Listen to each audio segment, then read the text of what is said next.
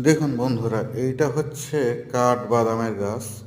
এই গাছটা এর পূর্বে আমি কোনোদিন দেখি নাই। পাতা মনে হয় ঝরে গেছে, শুধু ফলগুলো আছে। এই মুহূর্তে মনে হয় সিজন এটা। এই গাছ আমি কখনো দেখিনি, এই প্রথমবার দেখলাম। কাঠবাদাম বেশ উপকারী একটি ফল আমাদের।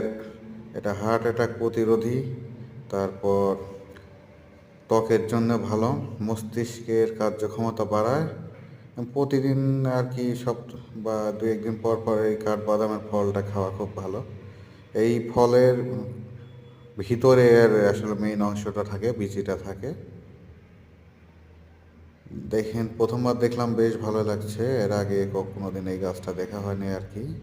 আনকমন একটি গাছ, অনেকেই আপনারা হয়তো দেখে থাকবেন না। দেখুন এটা।